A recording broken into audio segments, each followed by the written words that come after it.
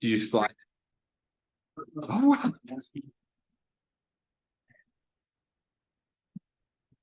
Okay, since we've got folks here, we'll call the meeting to order at 6:30 by the clock on the wall. First item is in the roll call. Karen, would you call roll, please? Vice Chair Abercrombie, Here. Jim Rumsey, Here. Valerie Lundy, Here. Kevin O'Neill, Here. and Chair Ramon. Here.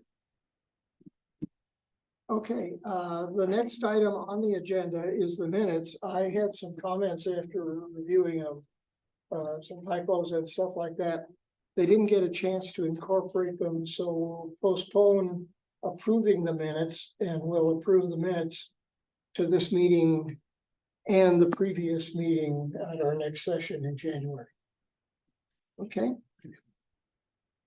Now we have one request for the hearing on variance, and it is variance 2023-07. Teller County Water and Sanitation District Number 1 setback variance. It's a request by Jerry Duncan, the applicant, and the Teller County Water and Sanitation District Number 1, the property owner, for a 3-foot setback variance on the eastern side of the building facing Paiute Trail. That would be from 25 feet as required by the municipal code down to 22 feet. And a 9.5-foot setback variance on the western side of the building. And that would be from 25 feet down to 15.5 feet. And that's to accommodate a 24 by 26-foot building to house water treatment equipment on lot number 1, Prairie View Estates, filing number 3 in the suburban residential district. What we're going to do is we're going to allow each presenter, the staff, who will be Karen tonight, and the applicant about 20 minutes if they need it to state their case. If there are any public comments, and at this point there's nobody else no public in the room, and I'm not aware of any written comments, but they would be allowed 5 minutes each. Now, what I'd like to do is ask each of you if you have any ex parte communications or conflict of interest in this manner. No. No. No. Okay, very good. Then we can proceed. I've read the variance proposal. I would like to hand you guys a copy of our checklist, which is just what is in the code that we're looking for as our criteria to accept the variance. And then first, Karen, I would like you to present the staff.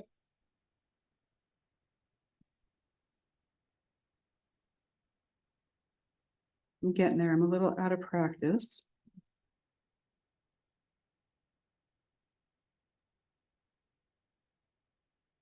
And before I go into the presentation, again, like I said, I'm pinch hitting for our senior planner, CJ Gates. So I'll do my best here this evening. And then I just want to remind everybody, the person who does our minutes does them remotely and just from a recording. And so sometimes, in fact, a lot of times she can't always tell who is speaking. So need to make sure that you're closer to the microphone than you want to be. And Mr. O'Neill, yours is actually off at the moment. Yeah. So that would be very helpful for the purposes of when you have conversation and discussion to aid in the writing of the minutes. Mm-hmm. So with that, thank you. Yes, this evening in front of you is a request to vary some setbacks. This comes from Teller Sand District Number 1, and they are looking specifically to add an additional building to their property at 201 Paiute Trail, and it is in the suburban residential zone district. So on the east side of the building, they are wanting to reduce the 25-foot setback from 25 to 22 feet. And then on the western side of the building, they want to reduce that setback from 25 feet to 15.5 feet. So this slide will help orient us to where this property is in the city of Woodland Park. It's a little hard to see on the zoning map, but this is the best we could come up with for a vicinity map. This red dot pretty much obliterates the entire parcel in terms of its location on Valley View, and then the cross street Paiute Trail is right there. So this is Highway 67 off to the left, and then down here at the lower end of the slide is our horseshoe that you see in the downtown area. So you can see this is a little bit further north out of the downtown area. And on the right is an aerial photograph that has the subject property outlined in red. So off of Highway 67 here on the left side of that picture, we have Valley View Drive that comes in. And then on the right side of the subject property is Paiute Trail. And then there is a little bit of another street, Apache Trail, that abuts the property to the north. This property is 0.45 acres in size. And like I said, it is surrounded by a number of roads. And then in this next slide, we'll talk a little bit more about what happens zoning district wise. Again, that this red dot here on the left side of the slide, that's where the subject property is. And off to the south and the east, that property is all zoned similarly, which is suburban residential. Immediately to the west is Woodland Park Community Church, and that is zoned community commercial. And then other property further to the north is actually outside city limits. So that's part of Teller County. The picture on the right side is from our future land use plan, and we look at what are the desired uses in this particular area. So the site is highlighted here with this little red arrow, and it is actually part of this other red block here, and that is targeted that area as commercial development is what the future land use map is saying. So can you just repeat, Karen, so the zoning is Suburban residential. suburban residential, the future land use map is commercial. Commercial. Okay, And it's Is- the future land use map really is a guide, so they Yeah. don't always correlate. And, you know, if somebody was really wanting to come in and change the use of the property, that's when that would probably be more of a discussion point. The fact that this is already developed and the use that's on there is, you know, a distribution station.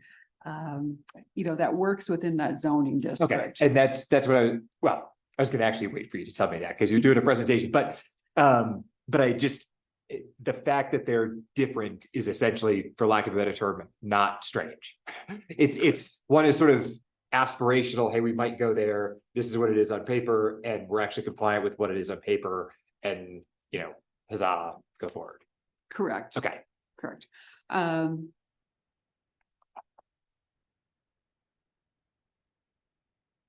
Yeah, and then related to that, since we were talking about the use itself, the distribution station, when we look in the use table, it's listed as permitted conditionally.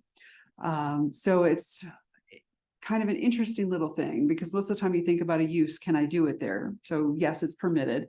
And then we have a variety of uses that require an actual conditional use permit.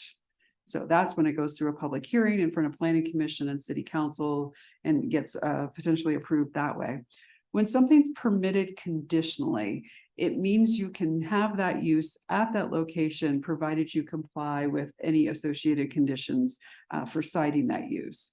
Trying to think of another example. I believe, don't hold me to this, like accessory dwelling units would be an example of something that's permitted conditionally. So yes, you can have it in the zone district associated with your house, but there's a whole big list of criteria that are associated with citing an accessory dwelling unit. and regardless of, you know, what the conditions are, et cetera, it does have to then go through a hearing. Permitted conditionally does not. Oh, it does not. Okay, so you don't have to have it's just, as long as you meet the conditions, you're good. You don't have to go through a What's the separate. criteria for needing a hearing? If it's a conditional use permit. Yeah, it's, when you look in the use table, Yeah, this is listed as it's listed as PC. PC, you know, which is not the same as a CUP Okay, or C is what the designation is in the table, but how is it approved? administratively at a staff level. And you have, staff has permitted this? Is that documented someplace? Because of the age of it, we are not able to find past approvals, past permits. Okay, okay. So. Okay, so this particular slide is a more detailed blow up of the center part of the property. And there's a lot going on this property. And at a staff level, we tried to highlight some of the features here to make it a little bit more clear. So it was actually a very challenging site plan, and there's a lot going on because each one of these lines does mean something. So off here to the right is where the Paiute Trail is. And here in the center of the building, center of the site, you have two existing buildings. The property is long and narrow in that it is 343 feet long. And in the midpoint of the property is at about 62 feet wide. The setbacks for this particular property, like we talked about before, are supposed to be 25 feet in the front and the rear. And it is a challenging property since it is bounded on three sides by streets. So a 25-foot setback gets applied to each one of those. And then when we look at other features that are going on the property, this orange band here across the middle is where there's an existing gas line. The blue line through here is a water line that is part of what the property is servicing and treating. And then this dark line here across the bottom that kind of zigs, that's actually the boundary of the floodplain. And then here on the left side, there is a 10-foot wide general utility easement. And then this dotted area here on the left side of the proposed building is a rain garden. So all of these factor in to really confine the potential building area. And so when we look at what are the setbacks, here on the left side, when we measured between the closest point of the building to the property line, we came up with 15.5 feet. And then on the east side of the building, from the closest part of the building to that property line, we came in at 22 feet. The size of the building that's being proposed is 24 feet by 26 feet. So it's not excessively large. Now let the applicant talk a little bit more about the need for it relative to their operations. Karen, can you just clarify something for me? Where's the page? So it's, I know we talk about this all the time, but it just, I've got to refresh me, so sorry. So it's 25 feet, so the code, right, whatever, is 25 feet front and back, front being defined by typically like street side, right? If I just think of like a normal sort of house property or whatever, is street side, the rear would be typically a back into whatever, maybe another piece of property. But then it also is only, the code is 8 feet, is that on the sides? So like if I had two properties next to each other, it would only be 8 feet from those sort of sides. That's kind of how it's notionally, is that fair? Correct. Okay, and then in this case, is it fair to say there's like no sides, right? Because of the, it's like it's either front or it's rear, and that's kind of where you're coming at. Yes, and I suppose at a staff level, we could have possibly tried to call this left side of the property or the west side, a side property setback. I mean, that would have been a possibility. You know, and in that case, the easement is 10 foot, so it's greater than the actual 8-foot setback. Okay, And then related to the two buildings that are on the property, one was permitted in 1993 and the other one in 1997. So that's part of the reason we don't have any other site plans or anything associated with it. okay, so we don't have a record of, okay, for the record, I'm really upset that 1993 is a long time ago. But other than that, In the world of paperwork, it is. yeah, right. But other than that, in theory, there would have to be a variance for those buildings as well. Is that correct? Just looking at them? But we probably don't have a record of it. I'm not finding a record of it, and like I said, they might have been able to get in there by applying a side setback to the west side of the property. And when you look at the east side, just eyeballing it, I don't have a post-it to kind of make a scale. It looks like they are potentially right at 25 feet. Okay, know, yeah, if they applied the side setback, that might be what So made it, they- okay. They might have gotten just barely squished. And I think, in. you know, partly the determination of what street you're on is where your driveway is, what your street address Yes, is. So their street address is Paiute as opposed to Apache Trail. which makes it potentially the rear. Yeah, okay. Yeah, Yep, Yeah, when we did a strict application of the definitions, the Yep. rear is opposite the front and the address can be indicative of the front. So that was part of that. If the property had been addressed off of Valley View, we probably would only be talking about the east side of the property for Yeah. the. Okay. variance. Cool. So, and Jerry, I have a few more slides to go through, so. And I'm happy to pull this slide back up, you know, if you need it during your presentation. So in doing an analysis, so we've got a variety of criteria and such that get considered and need to be addressed. And the first is that there exists special conditions and circumstances of the type specified in 18.60.010, which are peculiar to the land, structure, or building involved, and which are not applicable to other lands or structures in the same district. Staff found this to be true, given the fact that this property is rather long and narrow and further constricted by easements, utility lines, and the floodplain to the southern end of the property. The second criteria here is that these said special conditions and circumstances do not result from the actions of the applicant. Staff found that to be true and accurate.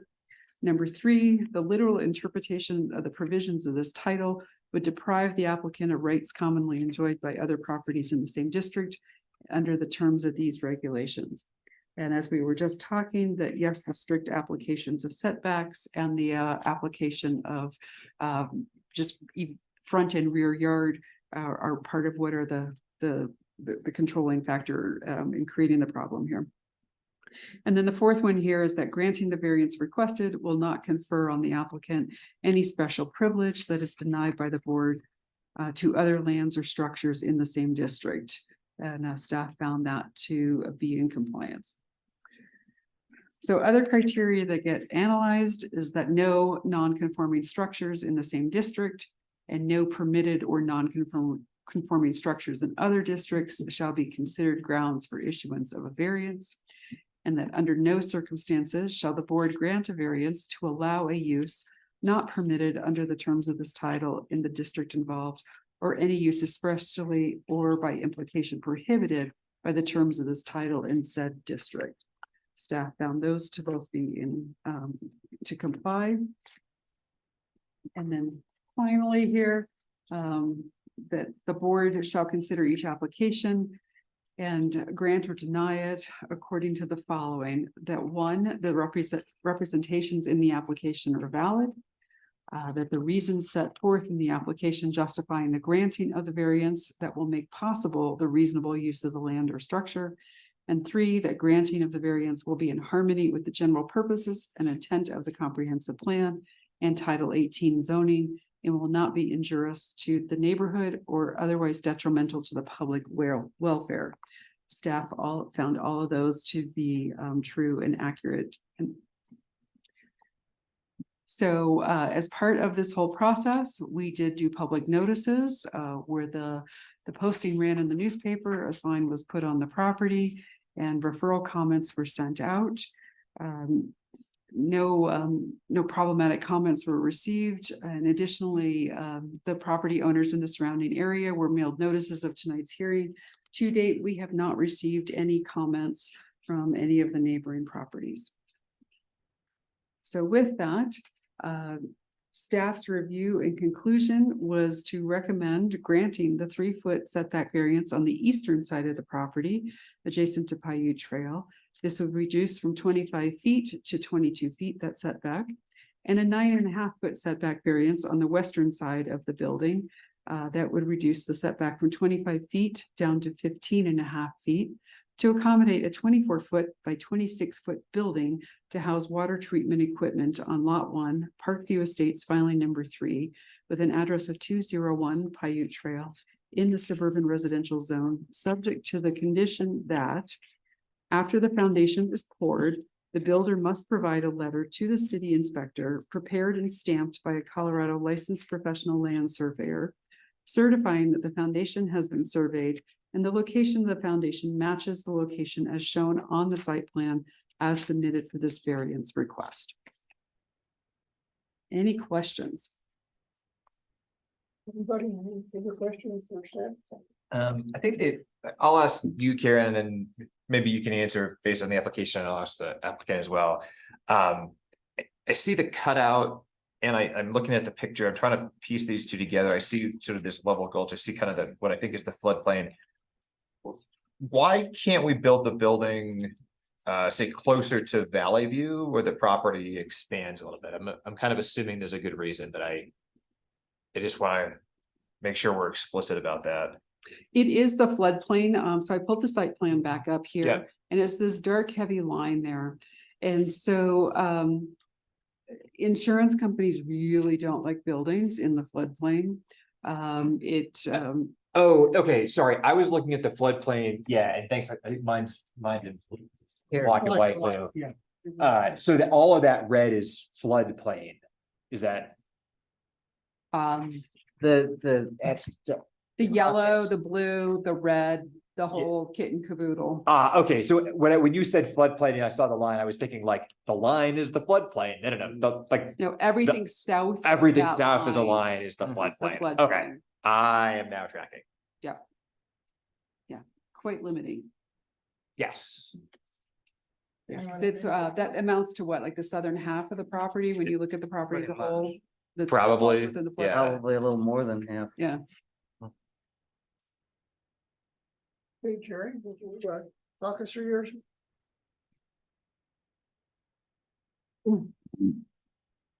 Thank you, Board of Adjustment, for this opportunity. My name is Jerry Duncan. I'm here tonight to request a setback variance on behalf of Teller County Water and Sanitation District Number 1. The district is planning to construct a new 24 by 26-foot water treatment facility designed to remove radium from its groundwater supply at 201 Paiute Trail. The district owns 2 existing treatment buildings on the site that were constructed in the 1990s. The land parcel is exceptionally narrow and there's no feasible location to place the building that would meet the established setback requirements per section 181240A. Although the parcel widens to the south, it is not feasible to place the building further south than its proposed location, as this would encroach on an established floodplain and would require the replacement of the existing chlorine contact pipe. Both factors would drastically increase our project complexity, and this cost ultimately would be incurred by district ratepayers. A variance of 3 feet is requested on the eastern side of the building facing Paiute Trail, and a variance of 9.5 feet is requested on the western side of the building facing the Woodland Park Community Church. Will you grant this request? Questions? So I have a question on the building. Again, assuming you've got some good reason, but why not, at least on the front, why not skinny it? I'm kind of just talking through this a little bit, but why not make it skinnier, right? And then if you make it skinnier, hey, there's not as need for at least as big of a variance. So the building shape was designed to house the treatment equipment that we need. The biggest piece of that is an ion exchange skid that's roughly the shape, but a bit smaller. And then you factor in all the piping, all the chemical tanks that have to be in there. And this is just the shape that we came up with that would work best. Cool. Well, I was thinking the same thing you were, that, we're talking, a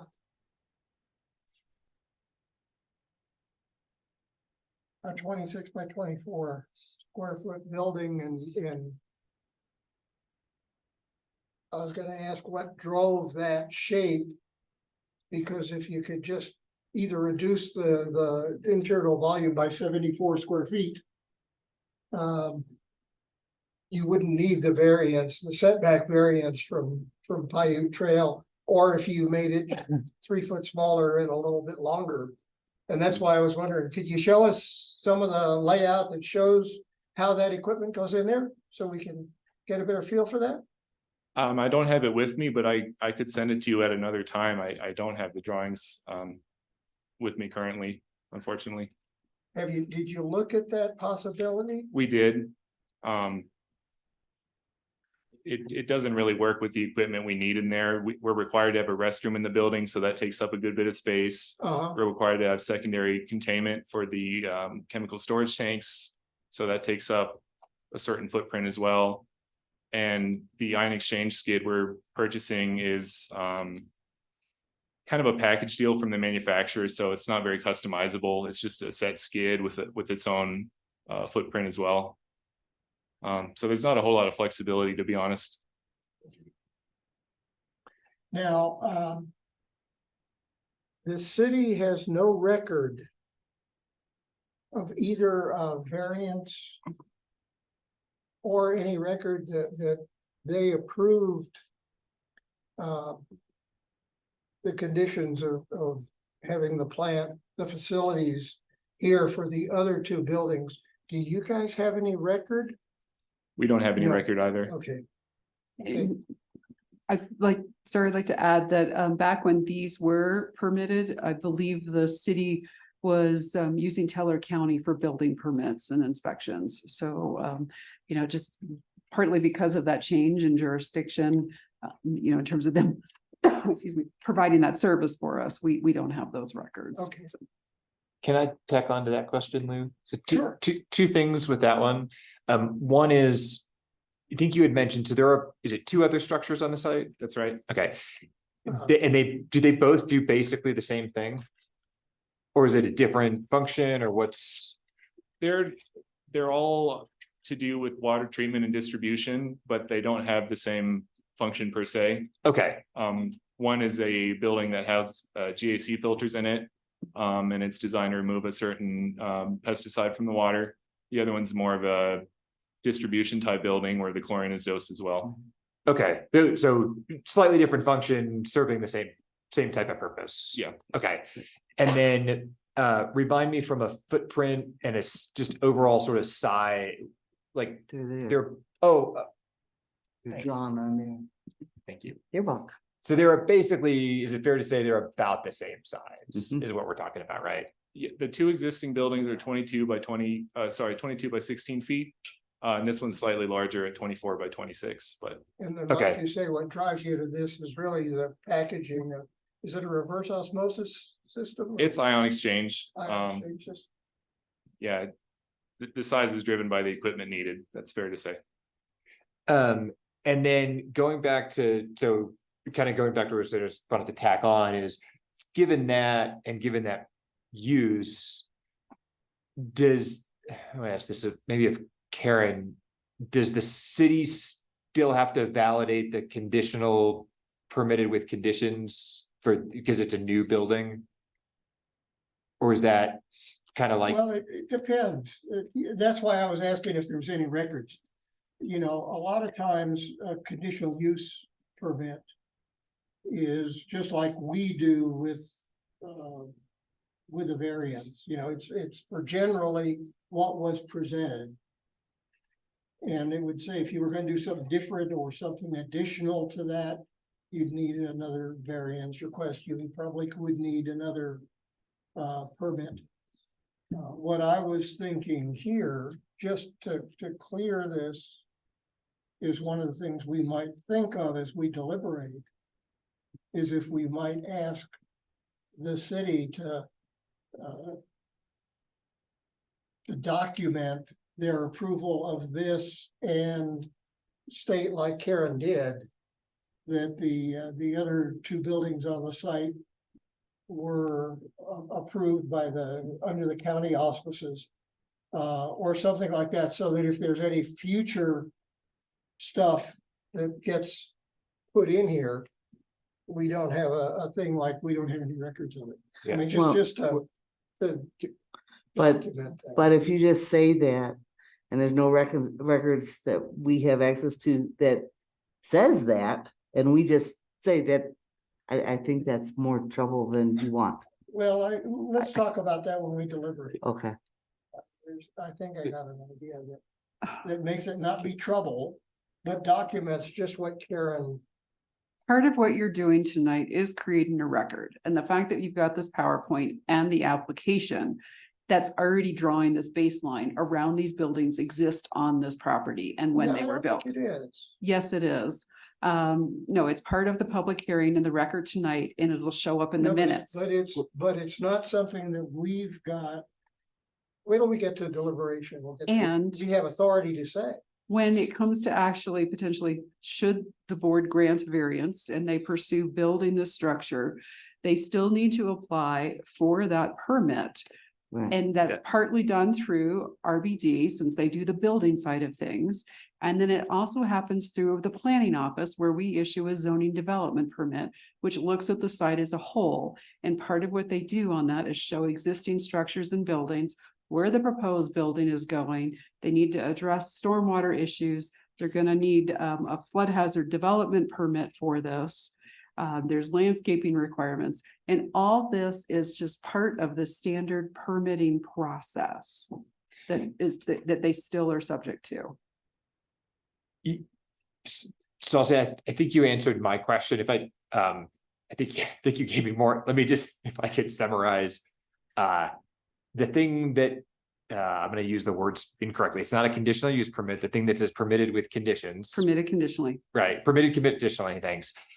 Our staff has agreed that those conditions are met, or that decision will come later. That decision comes as part of the zoning development. permit. Okay, that's what I was, yeah, there we go.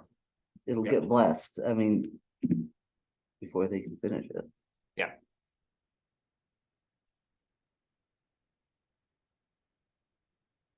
I think that's all the questions I have. Anybody have any other questions? Okay, is there, thank you. Thank you. This is when we normally open this up for public comment. Is there anybody online, Dave? No, Mr. Chair, there are. Okay, there being no public representatives here in the building and nothing online, I'm gonna close the opportunity for public comments and open the opportunity for us to deliberate. Any thoughts, guys, gals?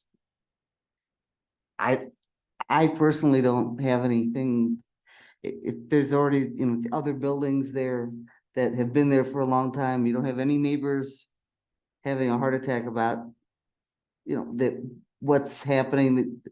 It seems like a reasonable thing, and you really are forced to the footprint. I mean, if that's what the equipment that you need to buy it, what it needs to sit in, you don't really have a heck of a lot of choice.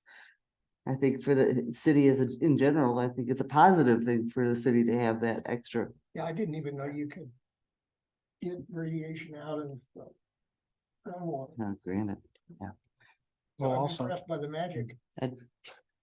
yeah, I don't have any issues. What I see is also what just the conversations we've just had recently that, what we're doing here is approving the variance. The other permitting processes will be followed up as they move on with construction. We're just here to approve the variance on both sides of the building.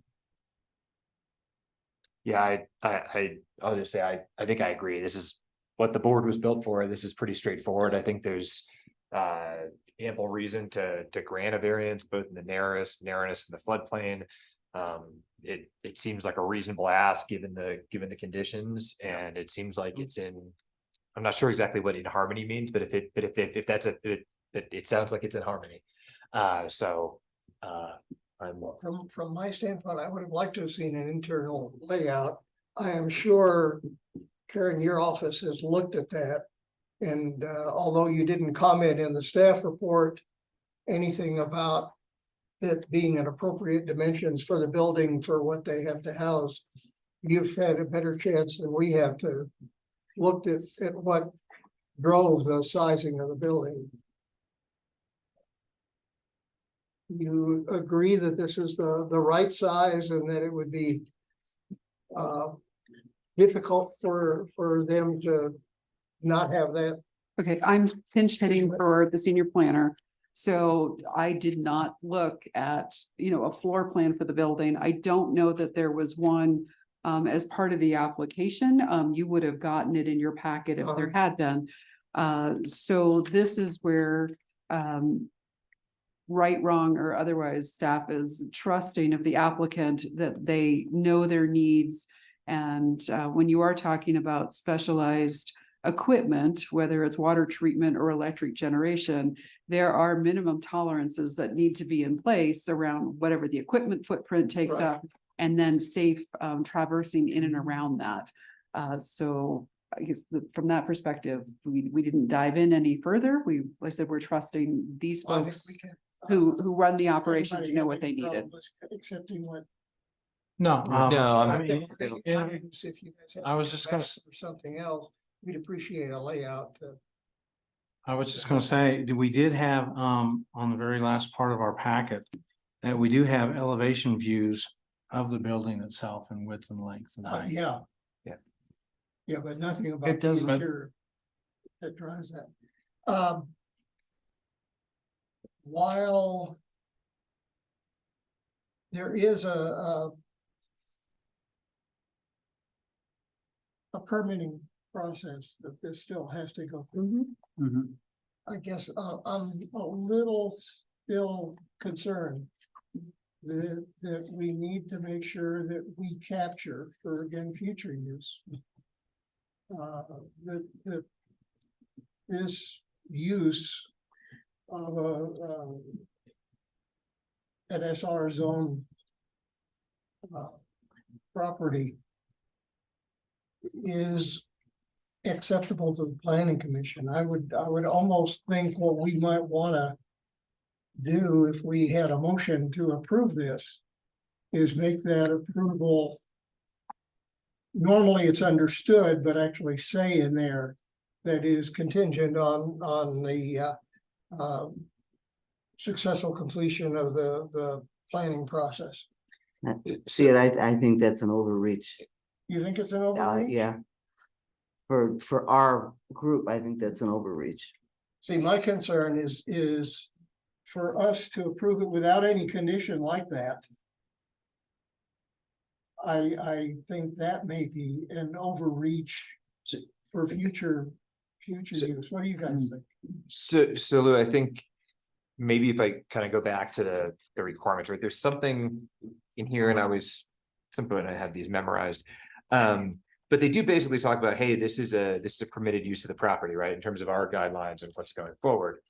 I think, you know, so I look at that and I say, is this a permitted use of the property? I think if I go to suburban residential says this is it's permitted by CP, not PC, right? Conditionally permitted. It's PC, permitted PC. conditionally. Permitted conditionally. So it is PC, so it's permitted conditionally. I think the only way that our board would be able to say, hey, no, right? Because if it's permitted conditionally or conditionally use permit is, hey, this isn't permitted at all, right? And my gut feeling says 99.5% of the time, the staff would go up and say, hey, you're welcome to apply, but this is not permitted thing. You're not going to get past the next step, right? But I think they're put that in the rules. I think it's okay enough, so to speak, to get through this gate. I think to me that meets the requirement. And then there are other steps in the process to make sure that that permitted conditionally criteria is met. So I would say I'm comfortable that it meets the requirements based on that. Val, if I could speak for you, I think Val is in agreement with you. Absolutely, yeah, absolutely. I don't Jim, have what do you a guys problem. think? I'm actually in agreement with you, but I understand the position that you're saying.